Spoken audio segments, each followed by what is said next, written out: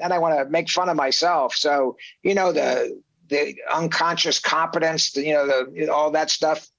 So I wrote a leadership book, 574 pages. So I'm a leadership guy. I know this stuff.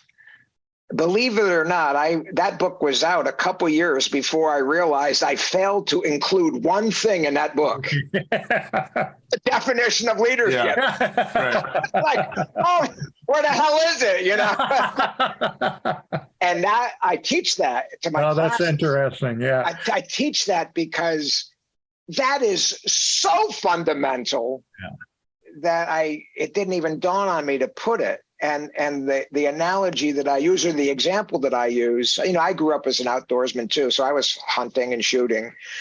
And I remember going to boot camp 1974, and we got a class on the rifle. And I'm like, yeah, this is my stuff, you know. And I'll never forget, I couldn't believe it, that the instructor stood up and he had a huge cutaway of a cartridge, a bullet, a round.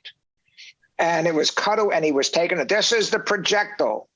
And he took that. This is the casing, and this is the primer, and this is the propellant. Now I'm 17 years old, and I'm thinking, who doesn't know this? But I kind of stole a glance to my left and right, and there were recruits. They were writing, and I realized, oh, and that lesson stuck with me forever.